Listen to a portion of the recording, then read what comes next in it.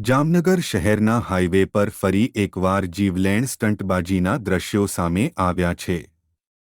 લાલપુર બાયપાસથી ઠેબા ચોકી માર્ગ પર કેટલાક નબીરાઓ બાઇક અને મોપેડ પર જોખમી સ્ટંટ કરતા જોવા મળ્યા।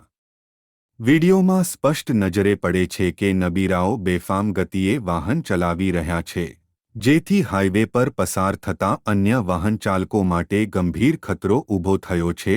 આવી સ્ટંટબાજી માત્ર પોતાના જ નહીં પણ અન્ય લોકોના જીવ માટે પણ જોખમી બની શકે।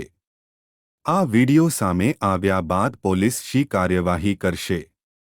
શું હવે સ્ટંટબાજો સામે કડક પગલાં ભરાશે? આ અંગે લોકોના મિશ્ર પ્રતિસાદ મળી રહ્યા છે। જો આમ જ ચાલુ રહે તો મોટી દુર્ઘટના સર્જાય તેવું પણ લોકો કહી રહ્યા છે। તમે શું માનો છો? આવા સ્ટંટબાજો સામે શું પગલાં લેવા જોઈએ? તમારું મંતવ્ય કોમેન્ટમાં જણાવો।